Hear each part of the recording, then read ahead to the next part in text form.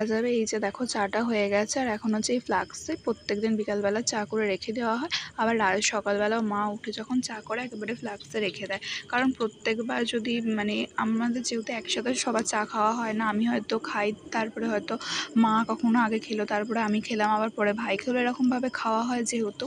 তো সেই কারণে তো বারবার চা করা মানে সম্ভব নয়, তো গ্যাসও পুড়বে এবং জিনিসটাও মানে বেশি পরিমাণ দেওয়া হয়ে যাবে প্রত্যেকবার। তো সেই কারণে একেবারেই করে রাখা হয় ফ্লাক্স, আর এটা বেশ সুবিধাও, তাই না? তো আমি হচ্ছে ওপরে এসেছিলাম চা খাওয়ার জন্য, আর এখন হচ্ছে আমি নিচে চলে যাব। তো নিচে গিয়ে হচ্ছে এখন একটুখানি বসে থাকবো।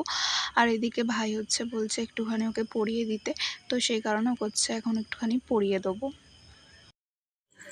আর এই যে মা চলে এসেছে, আর আজকে দিদাও চলে এসেছে একেবারে। মা আর দিদা দুজনে মিলে গিয়েছিল সমস্ত কিছু কেনাকাটা করতে, মানে যা যা আর কি কালকে লাগবে বাৎসরিকের জন্য।